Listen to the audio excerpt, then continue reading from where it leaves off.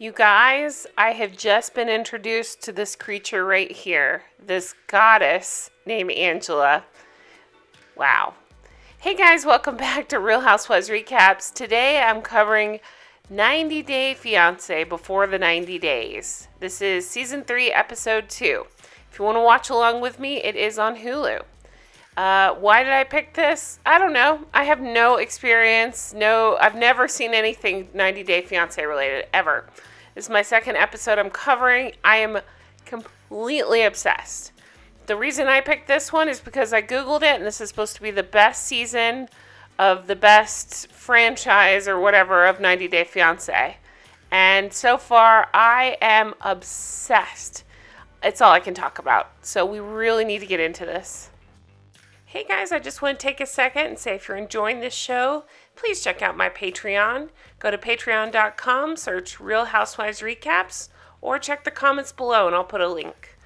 And for $1 a week, you can support my show and get 4 bonus episodes per month. I'm covering Scary Island, like the greatest season of Real Housewives in New York. So check it out. Thanks so much. This one had so much going on. This is Avery. She's 19. She's in Columbus, Ohio. Now, I want to remind you that she is engaged to Omar. And you think, oh, okay, engaged. They've never met. They only met online. She's leaving for Lebanon in 2 days. They have to go to Lebanon because he's from Syria. And Syria has a travel ban. So he has to get to Lebanon and she has to get to Lebanon. And she's going to marry him. She wants to hang out with her friends to clear the air before she leaves. Things have been weird since she told them she's marrying and moving to Syria. Notice the tone of my voice, Syria. And she's like, oh, it'll be fine, it'll work out. Wow, seriously, get a clue. So her plan is she's going to go over and meet him and marry him and take her mom. Mom's going to go with her to Lebanon. She's going to marry this guy, and she plans to, if I understand correctly, return to Syria with him after they get married and wait out until his visa comes through. We're talking months in Syria, the place that's having a horrible civil war where people are dying and trying to escape from. She wants to go there. She thinks it'll be fun. She's focused more on marrying somebody than paying attention to the fact that she'd be living in Syria. And her friends are saying she's reckless and crazy. And it's just so crazy. He's never kissed anybody before because he's Muslim and he doesn't believe in that. And she said, it comes up that she had a wild side. Apparently she's done things, all kinds of things with other people. She's saying she wished she saved herself for him. He apparently gets mad when they talk about things she's done in her past. Red flag, red flag. So they get into arguments about it. He tries to tell her how to dress and that she's not dressing modest enough. She says she strives to be the perfect wife and perfect Muslim woman for him. Let's go to Caesar. Caesar is 46 years old. He lives in Jacksonville, North Carolina. He is in love with Maria, who is from the Ukraine. She's in her 20s, and he thinks he's meeting Maria in Mexico next week. This is Maria. And he sees no red flags. He sends her $800 a month to sustain her. He just sent her $2,000 to buy her plane ticket to Mexico. She told him there's issues between Russia and the Ukraine, political issues, so it's not safe for her to fly out. So he tells the camera that he did research and found out, no, there's no issue. She should be able to book her flight. This doesn't raise a red flag for him at all. Not at all. He's just full speed ahead. So he's calling her, and it's just the weirdest phone calls when they're on the phone together. Obviously, she's doing this to many, many men. She doesn't call him by his name, only calls him baby or my husband. He's panicked because he can't get her to commit to this Mexico thing. He had to borrow money from his boss to be able to pay for this trip. How crazy is that? He's trying to get her to commit, and she's just so non-committal because it's a fraud. It's a scam. And I spend a lot of time feeling sorry for him. And then I think, why doesn't he figure this out? It's been 5 years she's been doing this shit to him, whoever this person is. Well, she's like, okay, I'll look tonight. So he thinks, okay, cool, it's just definitely going to happen. He's on top of the world, happiest guy in the whole world. So he thinks this is a great idea. And then we meet this train wreck of a human being named Angela. Angela's 53 years old. She lives in Georgia. Angela, oh my gosh, she has 6 grandkids who she helps raise. And she says she married and divorced young. She met Michael on Facebook. You know, that works out well. He's 30 years old. She's 56. He's Nigerian. And she announces, I fell in love with a guy 20 years younger than me. I am new to this whole 90-day fiancé thing. So I haven't watched any other episode. I have no idea. Apparently, this woman was on a previous season.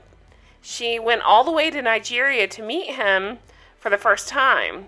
She thought about proposing. Then she found out he has an Instagram account. Sounds like he's flirting with all the other women. And they like to argue and make up a lot. So she apparently proposed to him with an American flag with some rings in it. And she says they're happy and in love. When she got back to America, he screwed up.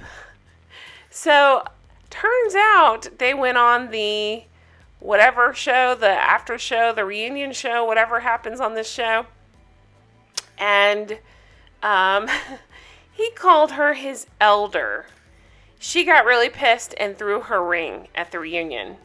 Sounds like they've since made up. They've been engaged for a year.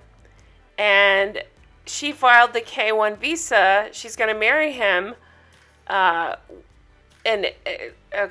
She's going to marry him. She wants to go to Nigeria to see him before they figure out this wedding thing.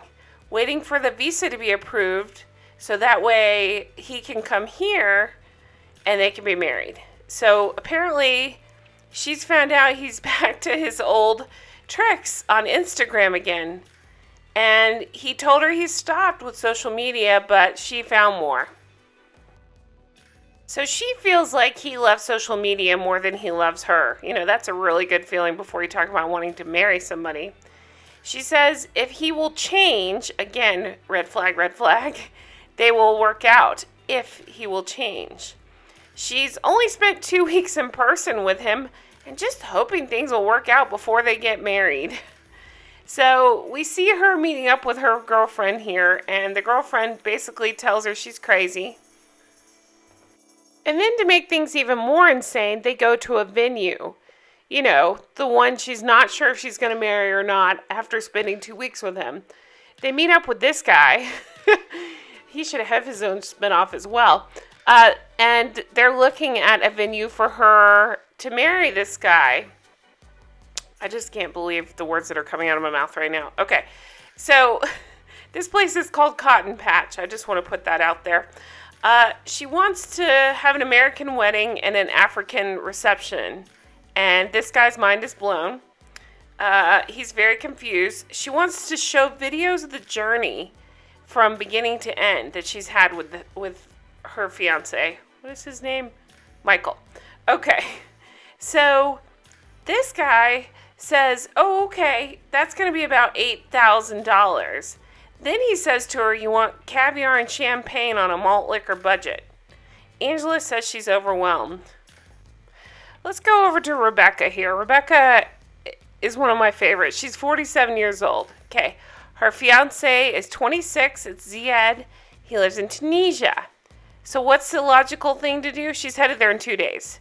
She takes her daughter to a lingerie shop. And she tells them she's looking for something sexy. Oh my God, I'm going to barf on this microphone. Okay, daughter Tiffany seems to have a little bit of sense to her because she's skeptical about this whole thing. And Rebecca is telling her daughter that this Zied has seen every inch of her body. But let me just remind you guys, she only sends photos to this guy with major filters on. Doesn't look like her at all. Takes about 20 years off of her.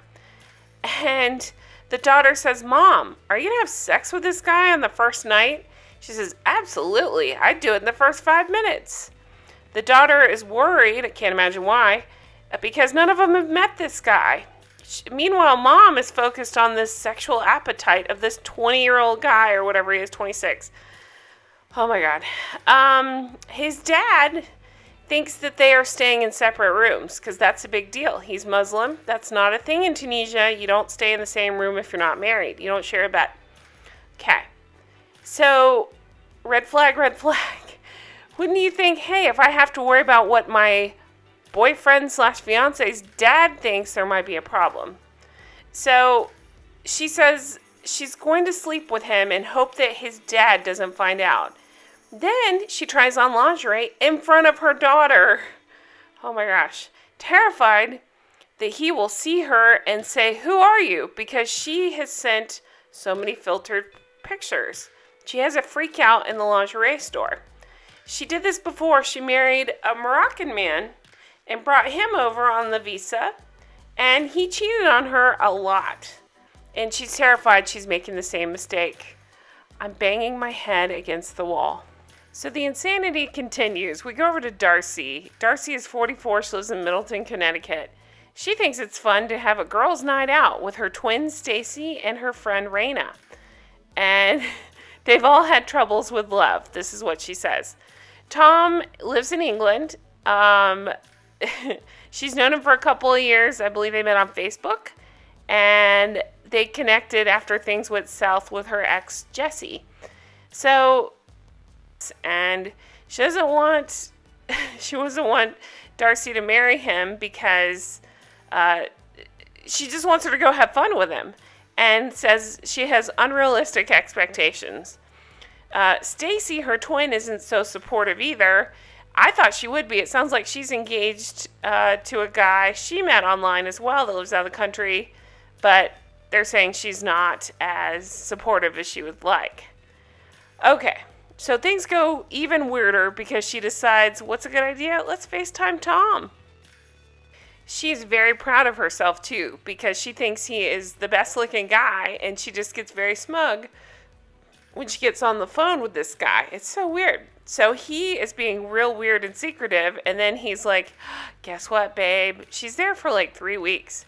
And so they're going to spend some of the time in London, and then he's going to take her to this Canary something off the coast of Africa. It's supposed to be beautiful. His cousin has a 60-foot yacht there, and she's super excited. So she's talking to him, and her friend Raina and him start kind of flirting with each other right in front of her. So Raina is just showing him her boobs, her cleavage, and acting like it's totally a normal thing you do for your friend's boyfriend, fiance. And Raina's flirting with him, saying, ooh, you look so much better than her ex. I'd do you, Tom. I mean, just crazy shit. And he's eating it up. He totally enjoys it. Obviously, Darcey gets uncomfortable with it. And instead of talking to Raina about it, turns out she had a big old fight with Tom about it. It's the weirdest thing. Then we go to Timothy. He's 38 in Charlotte, North Carolina. His girlfriend, I use that in air quotes because they haven't actually met yet, is Jennifer. She's 25 years old. She lives in Colombia. What could go wrong there, right? So he is having his ex, Veronica, throw him a going away party with his friends and Veronica's daughter. Okay. So it's hard for me to care about this storyline as much. I find weird as shit. Jennifer is like that, hey, I'm going to pose a certain way, kind of look hot. And it's very strange. This whole storyline is kind of weird to me. So Veronica seems super into her ex here. And so they were together for like 8 years or something. She's throwing him a going away party. She wears a see-through shirt with a bra, basically for a shirt, in front of her daughter, her young daughter. But this is her outfit for his going away party. Knowing that Jennifer is a crazy jealous bitch and told Timothy that he better photograph every part of this party so she can see it. So what happens? This is the photograph that he and his ex decide to make. So you can imagine how well this is going over with jealous Jennifer, because, that's how you sit with your ex, right?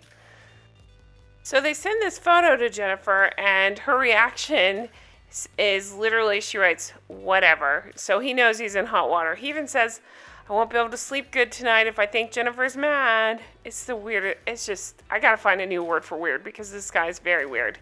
To make things even weirder, Veronica, his ex, gives him her engagement ring that he gave her, so that way he might be able to use it on Jennifer. It is the strangest thing, and he's even hesitant at first, but he's like, okay, ends up packing it to give to Jennifer. Can you imagine? This jealous bitch will hit the roof when she finds out. So then we go back to Rebecca, and Rebecca is packing because she's leaving for Tunisia. She's showing us her hand because it's shaking so bad because she's so nervous. So she's leaving to meet her 26-year-old boyfriend, I guess. And she's going to be with him for 27 days. She says she hasn't been honest about how she looks. Red flag, red flag. She also has not told him that she's not actually divorced. Her son, Brandon, and his wife are coming to take her to the airport. She's completely stressed out. She says she's ready to be on the plane. There are so many crazy things that happen here. She is just like ready to fly 15 hours to meet this guy. Yet on the way there, he quits talking to her. He won't answer her. He won't FaceTime her. He won't text her. And she's like, it'll be okay. Yet she didn't hear from him for the whole 15-hour flight earlier.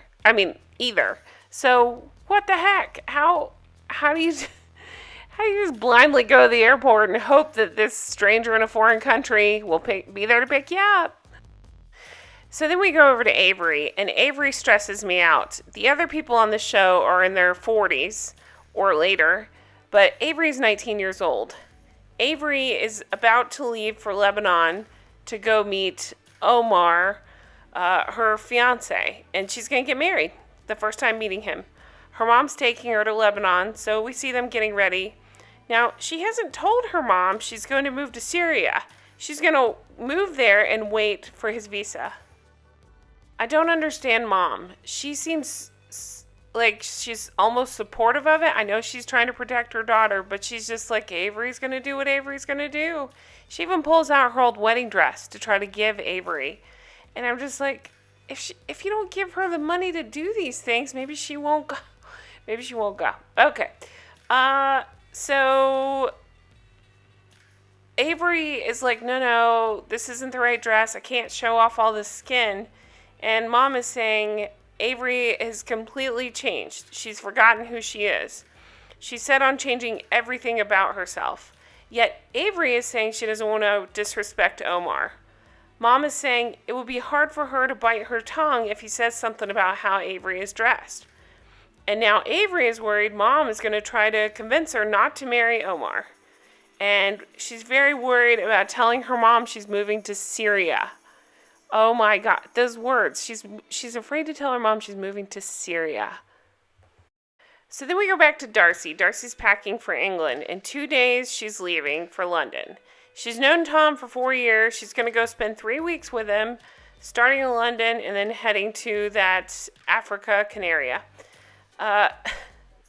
It rubbed her the wrong way the other night about what Tom and Raina were doing. Hello, red flag. If he can do that in front of me, how's he going to act if I'm not around? Maybe you figure that out before you get on the plane. So her twin Stacy is there. She doesn't think, Darcey doesn't think about red flags. I'm not sure if Tom is ready for a committed relationship. So then Darcey tells us the day after all that went down, she and Tom fought. He ended up, it sounds like hanging up on her and not responding to her for a day. She told him she felt uncomfortable. His answer? He can text who he wants. Really? Wow, that's how you're going to treat somebody? Okay. Red flag, red flag. Okay, so again, she brings up this Jesse guy. She is completely obsessed with that relationship. She's telling her sister they called 3 a.m, but it's almost like bragging and excitement or something. It's really strange. She says she doesn't want to talk to him anymore. If that were true, wouldn't you just block him? She wants to move on with her life. She's super excited about Tom. We go back to Rebecca. She's on her flight to Tunisia, 15 hours. She says she's nervous and her stomach is all upset. She's about to meet Zied. And again, she has not heard from him since she left. That's 15 hours. Even if she doesn't get texts in the air, she didn't hear from him before she left. She just got on this plane to go meet him. She's worried that maybe he's changed his mind. What if he got cold feet? And she's just hoping that he'll be there in pickup. She's not sure. So she has no plans. She says she sent so many filtered pics, she's worried that he won't recognize her or like how she looks in person. She's so nervous, she's saying she just wants to meet him. Now everything is riding on the next few minutes. Where is Zied? So again, not watching this show, I was really surprised when they did this part, because then we see 24 hours earlier. Because it's interesting, we actually get to see Zied. We get to see his home life, we get to see his family, his friends. At least he's real and he exists. He's very excited to meet her. He says he loves tattoos and boobs. She sent all these pictures of herself, again, totally filtered, totally blonde and all made up. Doesn't look a thing like herself. He says he can't wait to see her. His relationship with his parents and his cousin are very strong. They talk about Rebecca coming, and his parents say, well, that's fine to go see her at the hotel, but you cannot stay in the same room with her. He agrees to this. Right on the heels of telling his parents, oh, no, we're not going to share a room, because that's in Tunisia, they don't do that before they're married. Well, he goes to see his friends. They're smoking hookah and playing cards. And he's like, oh, yeah, we're going to share a room. I got one room. And he's just hoping that it does not get back to his parents. And they start asking if he has pictures of her. He starts showing these completely filtered pictures, and my head is spinning. So then we go over to Caesar, and he's, oh my God, it's so crazy. He's super excited because he thinks next week he's flying to Mexico to meet his Ukrainian girlfriend, Maria. And now that he thinks she's booked her ticket, let me remind you, she didn't actually say she was going to. She just gave him a non-answer of, oh, look. So now he thinks, oh, it's all just going to work out, no problem. He decides he wants to take his friend Jeremy here and take him to the jewelry store and help pick out a ring so he can propose to Maria. Sounds like a great idea. So they're going to be going to Cancun, Mexico. I want to remind you, he can't afford that. He's been working 7 days a week to save up, but he still had to borrow money from his boss to be able to do that. He's telling his friend that she thinks he's rich. So they're looking at diamonds, and his budget comes up. And he says he has a $200 budget. And I feel bad for him here because that's rough. So the jeweler shows him a laboratory-grown stone similar to CZ. And he says she's expecting a Kim Kardashian ring. And shows the picture of her to his jeweler. And it's so awkward. The friend is like, don't you think this pretty hot young blonde has other dudes sending her money too? And Caesar's like, no, we have a connection.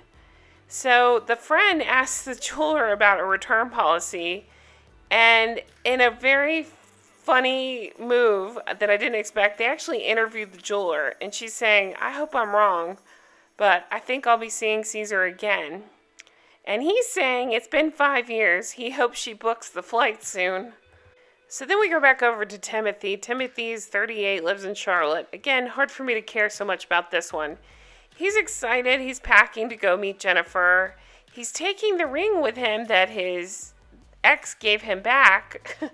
He's taking it with him to possibly propose.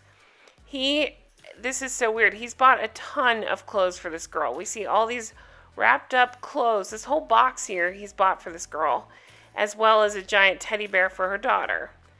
And it's so weird. So his ex, Veronica, is taking him to the airport. Jennifer doesn't like that they have a relationship. And on the way there, he's referring to Jennifer as his family because they were together for over 8 years. Jennifer had a little daughter when they first got together, and he took her on, so now she calls him daddy, like they're a family. And Veronica doesn't know. She's worried. She's worried that Jennifer will take over and, she won't have this family anymore for her daughter. So it's a whole thing. Drops him off at the airport, and all I'm thinking is, you have all this luggage, and why'd you have to pick the biggest teddy bear to get the daughter? Like, especially now that COVID's a thing, all I could think of is all the germs all over this teddy bear for this little girl. Then we go back over to Princess Angela. I am obsessed with this woman. They all live in a different reality, but this one especially is probably the wildest I've ever seen on reality TV. She's going to lunch with her daughter, Skyla. So she's saying that she and her daughter kind of clash. She loves Skyla, but they don't always get along. And Skyla, for whatever reason, seems to have a little bit of sense to her and is like, listen, are you sure you want to do this? Are you sure you can trust him? And she's like, oh yeah, he's great. He's no problem. And the daughter says, he's using you, Mom.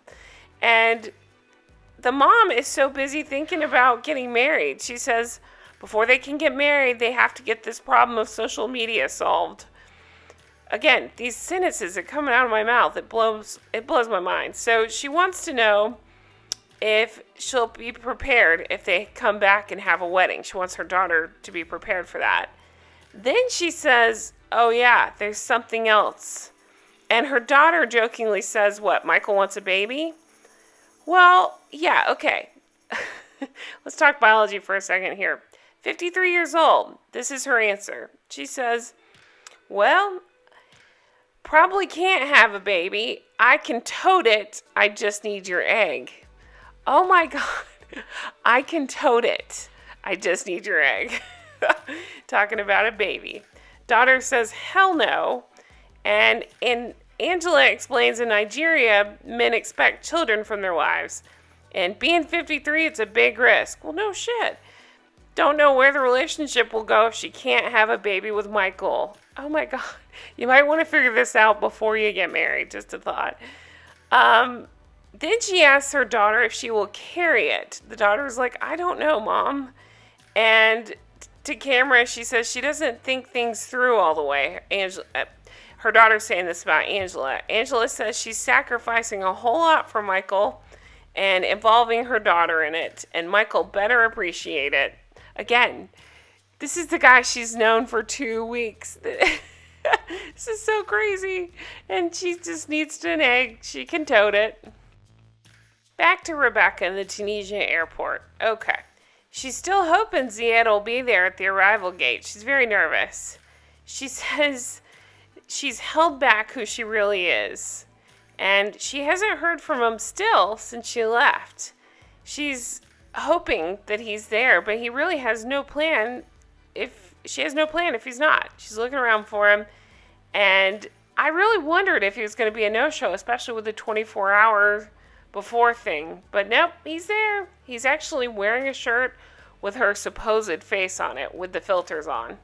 So she's super excited. She sees him, and he's at first not sure, but he seems super excited about seeing her too. He smiles and proudly shows off the shirt, and it's awkward. They hug a lot. All I could think of is that crap she told her daughter about wanting to hook up with him in the first 5 minutes of meeting him.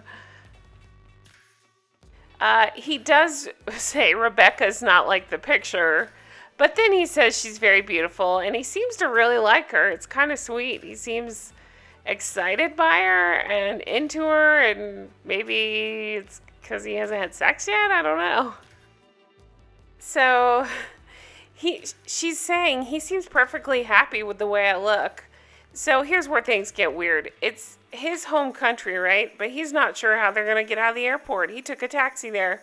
So Rebecca has to figure it out. She ends up having to go rent a car, and she pays for it. And she's saying it's really expensive. She's going to be there for 3 weeks, so she'll have this car. And she has to take care of it all. And so now he wants to take her back to the hotel. So then we go back to Darcey. Darcey's in Connecticut. She's flying to London to see Tom face to face for the first time. She's going to be away from her daughters for 3 weeks, and she's saying goodbye to them. Actually, she's putting on her false lashes and staring at pictures of Tom. Oh, gosh. She really is a train wreck, isn't she? It's kind of funny to watch. She's hugging her kids goodbye, and once again, this Jesse comes back up again. She's just not over him. But she's saying it was a toxic relationship, but now she's out of it. She's been through the worst. It's brought her closer to Tom. So she really is hoping for a proposal. She says it's been 4 years. She just can't wait to hurry up and get there to be with Tom. And finally, we go back over to Avery. Avery's the 19-year-old in Columbus, Ohio. They're headed to Lebanon, her and her mom, to go meet Omar. Her brother is kind of helping her pack. He ends up saying Avery has no idea what she's doing. Avery is super excited to go meet Omar. She sees no red flags. She thinks it's all going to just work out because they're in love. Her mom is worried. She thinks that they are coming back together in a week. Well, her mom doesn't know that she's planning to go to the Middle East, marry this guy, somebody she hasn't met in person. She wants to wait it out in Syria with him until his visa comes through. So she says she wants this so bad, otherwise she's wasted her time and done it all for nothing. So that makes me feel like she's more worried about how it looks now that she's done all this versus actually how it's going to be living her life. So then things get real weird because they go to the airport and Avery realizes, oh shit, I forgot my phone. And she can't find it anywhere, and mom thinks this is a bad sign. She's saying this is not the life I pictured for Avery.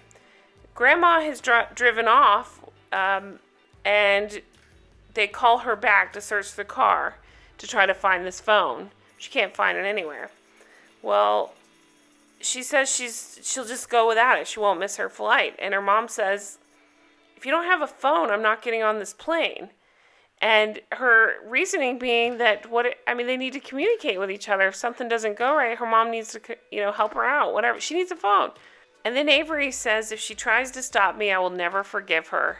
And that's how the episode ends. My God, these episodes are so crazy. Whew, that is it for this episode. So much happening. I can't believe how long these episodes are and how much goes on. It's so crazy. I guess I have to make them long because there's so many people to follow. But it's just kind of wild. You get sucked in. I am hooked. So let me know what you guys think. Leave me comments below. I love the comments. I read them all. Leave me comments here or follow me on Twitter at Real Recaps. And if you want to support the show, check out my Patreon. And I just appreciate everything so much. I hope you're enjoying this, and I hope you have a fantastic week. Bye-bye.